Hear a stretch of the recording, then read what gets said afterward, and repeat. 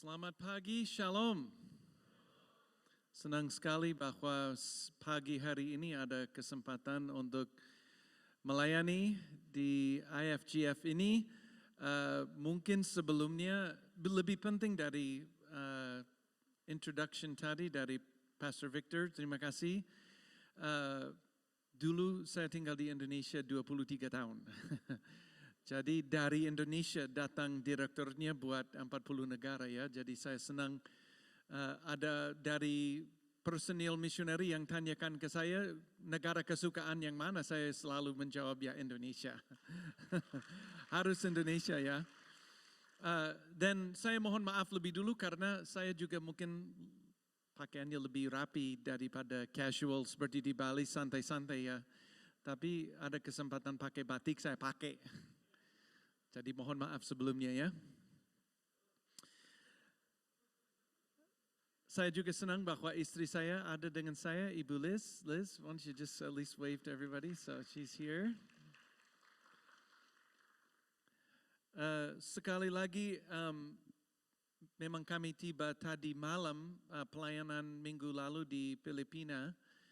Terus dari Filipina datang ke Denpasar dan ya memang setiap kali mendarat di Indonesia seperti pulang kampung, saudara-saudara. Saya sukar untuk mengungkapkan kata-kata yang tepat untuk perasaan yang ada di dalam diri kami ya. Dan juga mungkin sebelum saya menyampaikan firman Tuhan ini, mohon maaf juga karena bahasa Indonesia saya jarang dipakai saudara-saudara. Jadi sudah cukup lama saya tidak berkhotbah dalam bahasa Indonesia. Jadi bila ada banyak kekurangan, mohon maaf sebesar-besarnya sebelumnya ya. Baik. Pada hari ini saya hendak menyampaikan firman Tuhan tentang hidup oleh iman. Hidup oleh iman. Saya percaya bahwa dengan judul hidup oleh iman bukan sesuatu yang bukan judul yang terlalu dalam bagi saudara-saudara yang sudah lama mengenal dengan Yesus dan mengikuti Tuhan sebagai orang Kristen. Tetapi pada hari ini saya mau mendalaminya dengan suatu cerita firman Tuhan ditemukan dalam Kisah Para Rasul pasal 12. Jadi saudara-saudara bisa membuka Alkitab baik di HP atau saudara mau membawa Alkitab sebenarnya, mungkin sudah jarang sekali kita membawa bukunya ya. Tetapi pada hari ini saya akan membacakan dari KPR pasal 12. Dan sebelumnya kalau saya mengatakan hidup oleh iman, saya mau mengingatkan saudara-saudara bahwa setiap orang percaya harus hidup oleh iman. Iman adalah sesuatu yang tidak kelihatan, tetapi saudara-saudara, iman itu membawa saudara dan saya kepada suatu kebergantungan kepada Tuhan dan bukan kebergantungan kepada kekuatan kita, teman kita, kenalan kita, dan lain sebagainya. Iman adalah kepercayaan kepada Tuhan yang tidak kelihatan dan kadang-kadang tidak didengar secara nyata seperti kita dengar suara seorang manusia. Di dalam kisah, di dalam KPR pasal 12 ini, saudara akan melihat orang Kristen di dalam gereja mula-mula menghadap suatu krisis atau menghadap suatu masalah yang cukup besar, di mana mereka harus dengan iman percaya bahwa Tuhan akan memberikan jalan keluar kepada mereka. Nah, saya juga percaya bahwa saudara di sini mungkin pada saat ini di dalam hidup pribadi saudara juga mencari suatu jalan keluar bagi suatu masalah. Apakah itu masalah keuangan, apakah itu masalah kesehatan, atau suatu masalah rohani, saya tidak tahu. Tetapi seringkali saudara dan saya memerlukan jalan keluar atau jawaban untuk masalah yang dihadapi, dan yang diperlukan sementara menunggu jawaban Tuhan adalah iman bahwa Tuhan itu bisa menolong saudara dan saya. KPR pasal 12 Saya baca dari ayat 1. Kira-kira pada waktu itu Raja Herodes mulai bertindak dengan keras terhadap beberapa orang dari jemaat. Ia menyuruh membunuh Yakobus, saudara Yohanes, dengan pedang. Ketika ia melihat bahwa hal itu menyenangkan hati orang Yahudi, ia melanjutkan perbuatannya itu dan menyuruh menahan Petrus. Waktu itu hari raya roti tidak beragi. Setelah Petrus ditangkap, Herodes menyuruh memenjarakannya di bawah penjagaan 4 regu, masing-masing terdiri dari 4 prajurit. Maksudnya ialah supaya sehabis Paskah ia menghadapkannya ke depan orang banyak. Demikianlah Petrus ditahan di dalam penjara, tetapi jemaat dengan tekun mendoakannya kepada Allah. Pada malam sebelum Herodes hendak menghadapkannya kepada orang banyak, Petrus tidur di antara 2 orang prajurit terbelenggu dengan 2 rantai.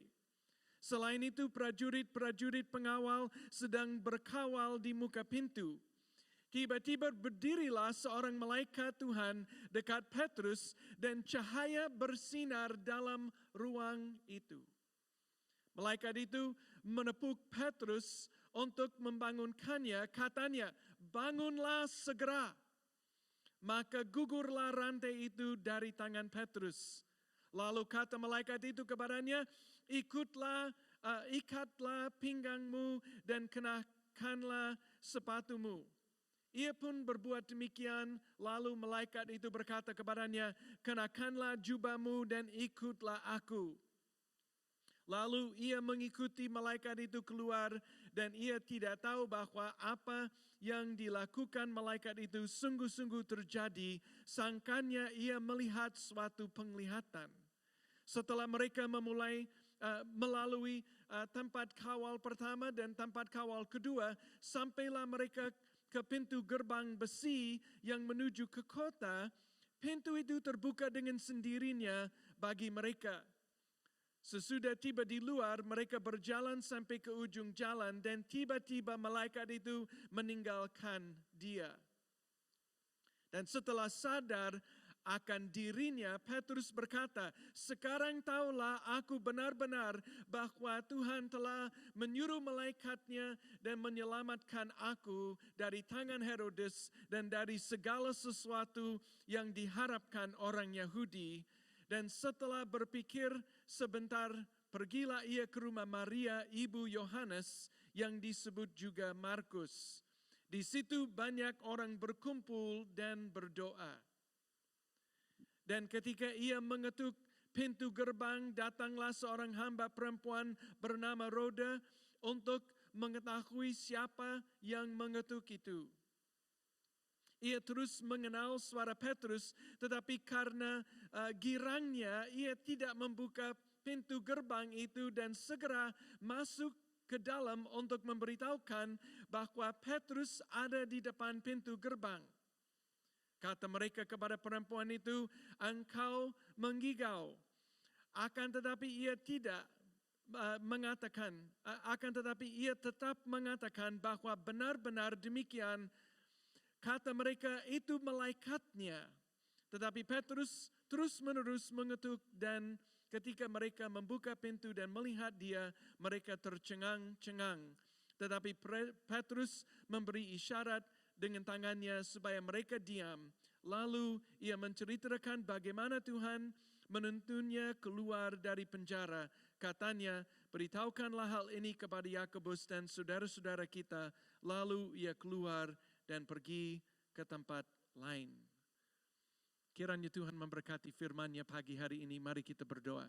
Bapa kami di surga, Tuhan, pada saat ini kami berdoa dan memohon supaya Roh Kudus-Mu akan mengisi hati kami, akan mengisi ruangan ini Tuhan, sehingga tidak bisa ada gangguan apapun dari luar mengganggu kami sementara mendengarkan firman-Mu Tuhan.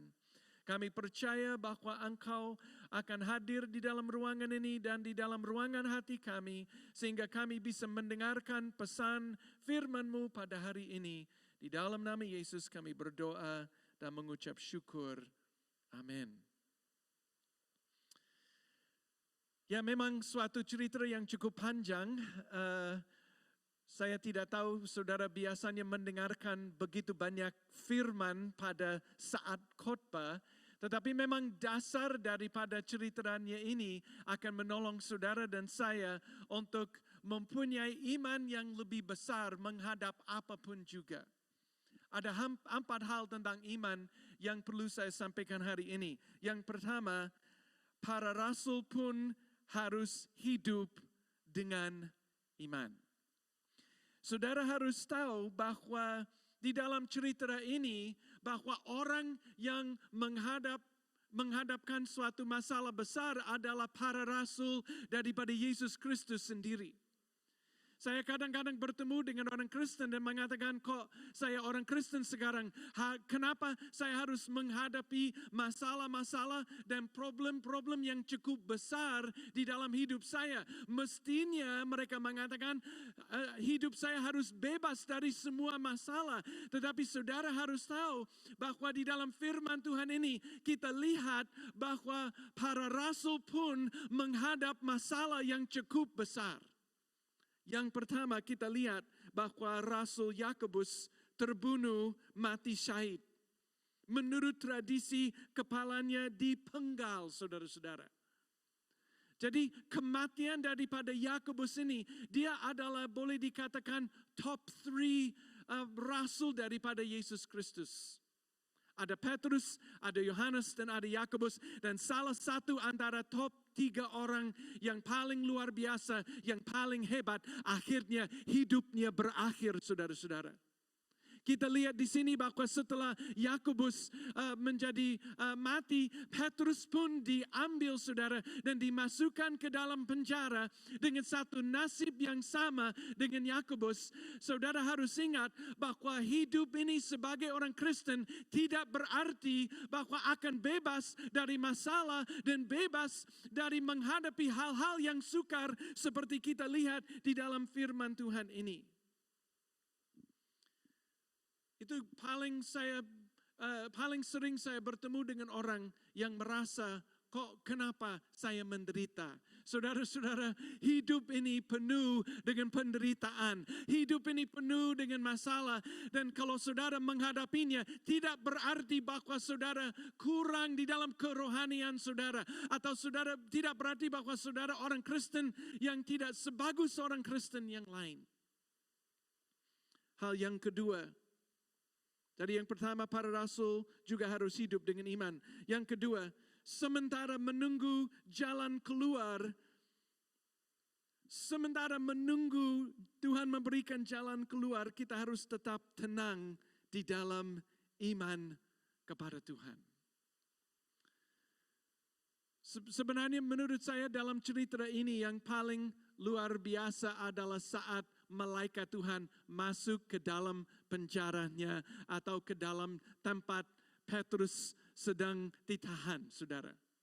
Bayangkan untuk Petrus, saudara teman baik Yakobus telah dibunuh, Petrus dipenjara, dibelenggu dengan rantai, dan malaikat Tuhan datang ke dalam tempatnya. Dan saudara-saudara yang luar biasa, bayangkan sudah malam, sudah gelap, dan bayangkan sinar malaikatnya masuk ke dalam sel atau tempatnya Petrus.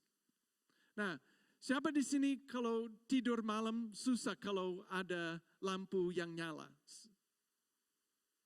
No, my wife likes the lights on. I like the lights off, okay? Jangan angkat tanganmu. Tetapi kalau saya lagi tidur di sel dan ada sinar malaikat masuk ke dalam ruangan, saya pasti bangun, saudara-saudara. Tetapi menurut firman Tuhan ini, Petrus lagi tidur, saudara-saudara. Padahal esokan harinya dia akan divonis mati oleh Raja Herodes, saudara-saudara. Nah, bayangkan ini, kalau saudara malam nanti akan tahu bahwa besok saudara akan mati, apa saudara bisa tidur? Apalagi mati kepala dipenggal. Siapa yang akan tidur? Wah. Tetapi Petrus tahu semua hal itu. Malaikat masuk ke dalam ruangannya dan apa?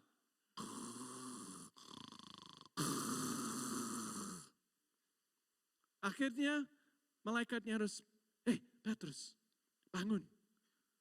Oh, wah lagi tidur nyenyak ya. Kenapa Petrus harus bisa tenang begitu? Padahal dia menghadap masalah yang besar. Saya ada dua kesimpulan atau dua ide. Yang pertama, Petrus bisa tetap tenang karena dia tahu bahwa dia orang dimiliki Tuhan dan Tuhan mempunyai rencana yang indah apapun yang terjadi. Apakah saudara di dalam masalah yang saudara hadapi pada sekarang ini bisa percaya bahwa apapun yang akan terjadi di dalam hidup saudara, bahwa Tuhan mempunyai rencana yang indah bagi hidup saudara? Ini namanya iman. Ini namanya percaya bahwa meskipun masalah yang besar dihadapi, saudara tetap bisa mengatakan, Tuhan mempunyai rencana yang indah bagiku, yang indah bagi keluargaku, yang indah bagi perusahaanku, yang indah bagi hidupku. Inilah boleh dikatakan dasar iman seseorang, di mana dia percaya bahwa Tuhan mempunyai rencana yang indah apapun yang terjadi. Yang kedua, dia bisa tenang. Dia tahu bahwa tujuan terakhir hidupnya adalah surga bersama dengan Yesus. Dia benar-benar sudah bisa mengandalkan hal bahwa setelah hidup ini sudah selesai, dia akan ada di surga bersama dengan Yesus. Ya memang di masa COVID ini saudara-saudara, boleh dikatakan bahwa seluruh manusia di seluruh bumi takut oleh karena satu hal. Bagaimana kalau saya kena COVID dan saya meninggal?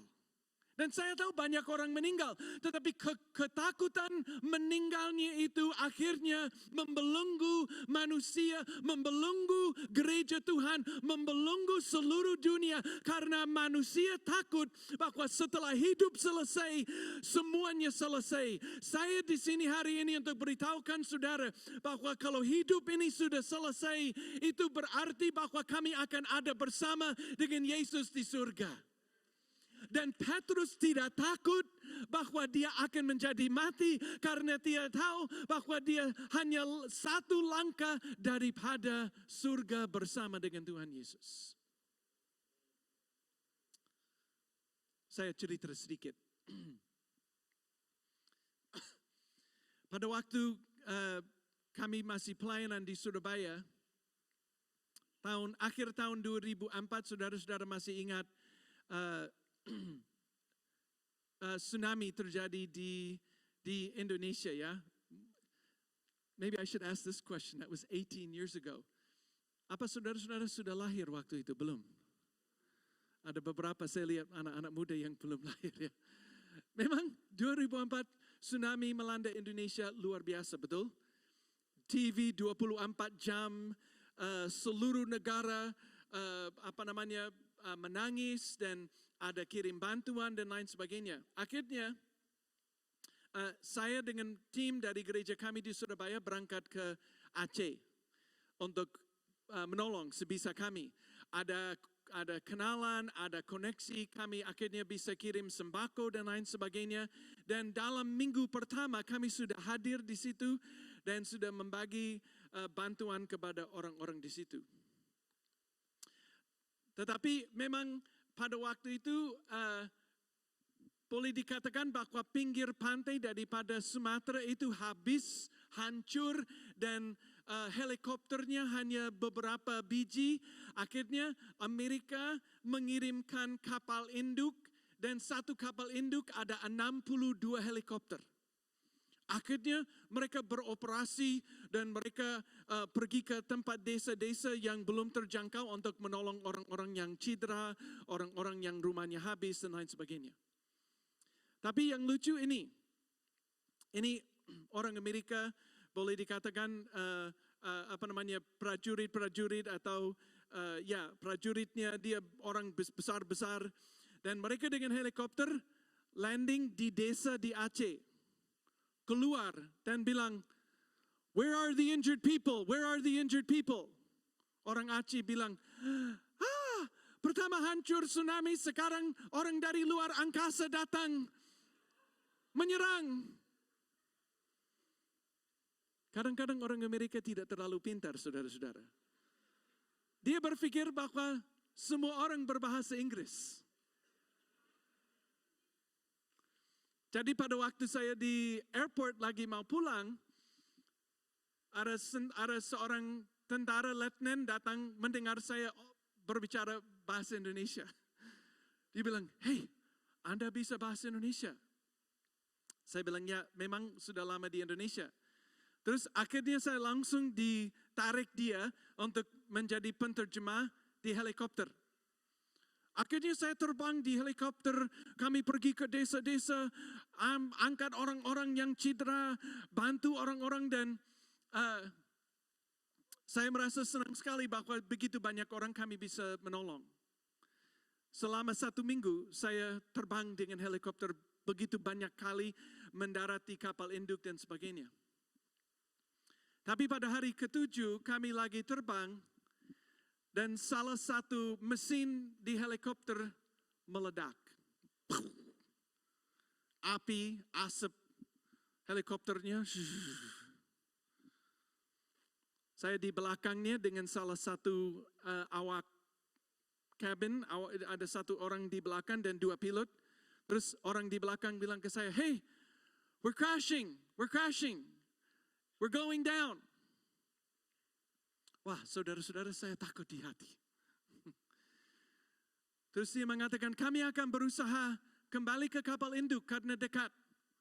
Dan meskipun kami tidak bisa mendarat seperti biasa dengan helikopter karena ada roda di bawah helikopter, kami akan berusaha landing seperti pesawat terbang di helikopter begini." Dia tutup pintu. Dia mengatakan, "Dan mohon maaf, sabuk pengaman di belakang sini hanya 1 dan saya akan pakai." Dia bilang, "Pegang baik-baik." Tidak ada tempat duduk, soalnya isinya dengan makanan dan sebagainya untuk dibawa ke orang yang akan kami tolong. Saya ada sekitar 2 menit. Memang di dalam pikiran saya bilang, wah, kalau helikopter jatuh begini, saya pasti mati. Ini tidak mungkin. Pertama saya pikir tentang istri, saya punya anak 3. Saya pikir istri, anak-anak. Terus yang kedua saya pikir, ya mereka pasti baik-baik. Saya sebentar lagi menghadap Tuhan, saya bilang. Saat itu damai sejahtera dari Tuhan datang kepada saya. Saya mengatakan, ya Tuhan, sebentar lagi saya akan bertemu, saya akan muka ke muka dengan Engkau, face to face with you, Lord. Yesus, aku mencintai Engkau. Saya mau bertanya kepada saudara-saudara di sini, kalau menghadap kematian seperti itu, bagaimana sikap saudara? Apakah saudara siap seperti Petrus bisa tidur karena dia siap menghadap Tuhan? Dia siap untuk ada bersama dengan Yesus. Ya, akhir cerita agak lucu karena pada waktu itu helikopternya kami membawa dos Supermi di dalam.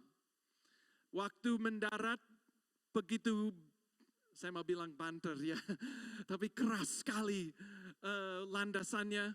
Saya terlempar di dalam helikopternya, tetapi untung ada dos-dos supermi saudara-saudara, karena saya kena superminya.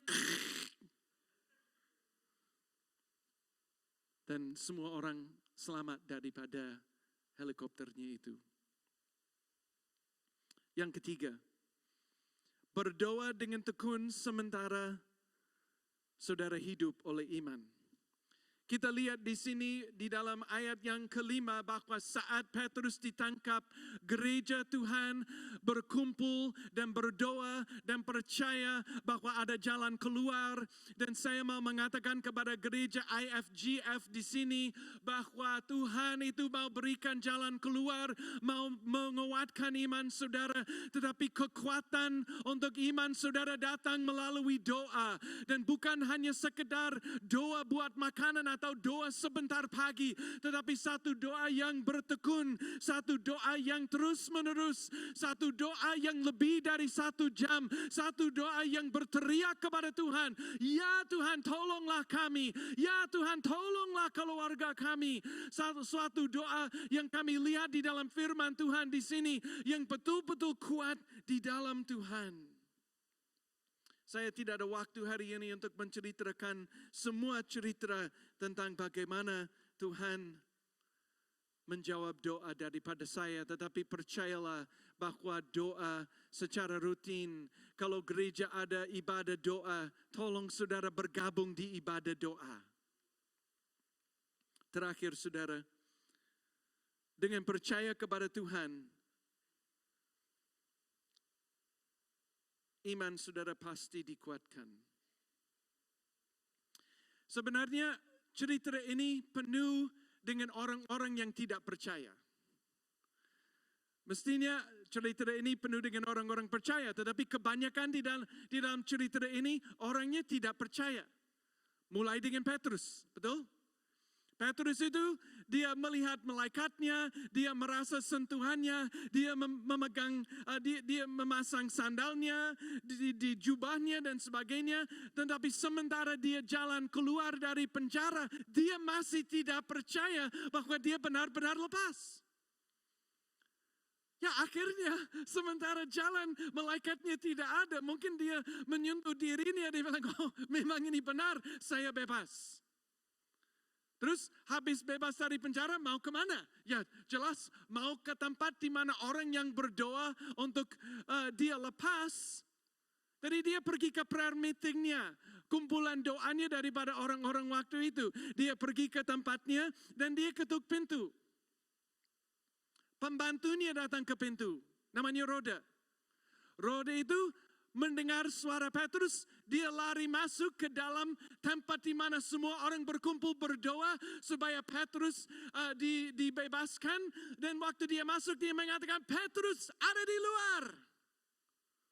Ya, kami tidak percaya. Janganlah mengganggu kami, lagi berdoa buat Petrus, haleluya. Ya begitu rohani mereka, tetapi tidak percaya. Bahkan ada ayat firman Tuhan ini yang mengatakan, tetapi Roda tetap mengatakan, tidaklah, Petrus ada di luar. Kalian harus percaya bahwa Petrus memang telah dibebaskan.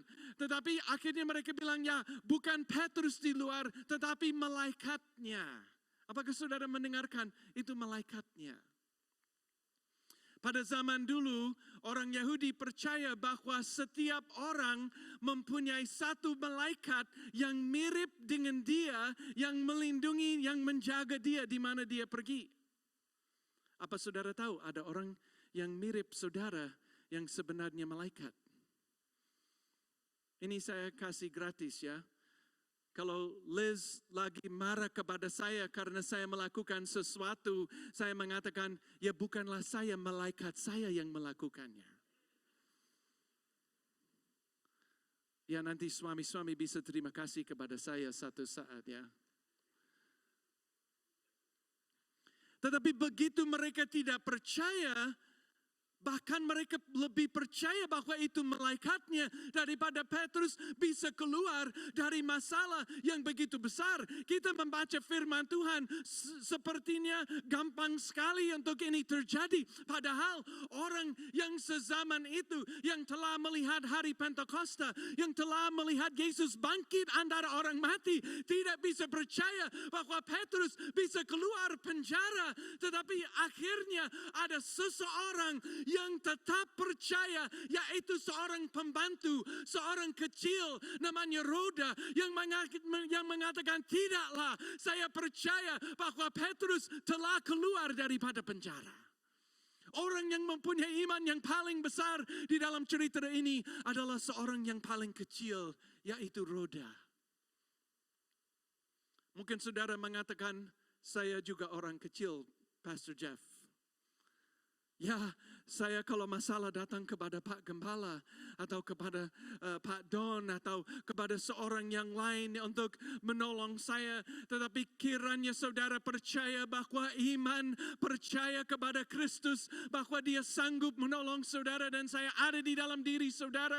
Walaupun saudara merasa diri kecil, walaupun merasa dirinya tidak terlalu besar di dalam iman, percayalah bahwa seorang kecil seperti Roda bisa percaya. Marilah kita menjadi orang yang percaya apapun yang terjadi bahwa Tuhan sanggup untuk memberikan jalan keluar bagi saudara dan saya apapun yang terjadi.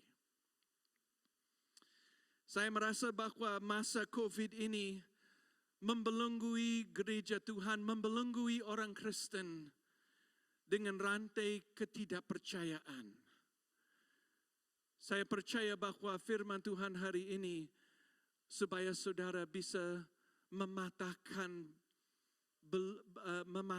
belenggu ketidakpercayaan ini di dalam hidup pribadi saudara. Mari saudara, saya mengundang untuk bangkit berdiri. Saya mau berdoa bagi saudara.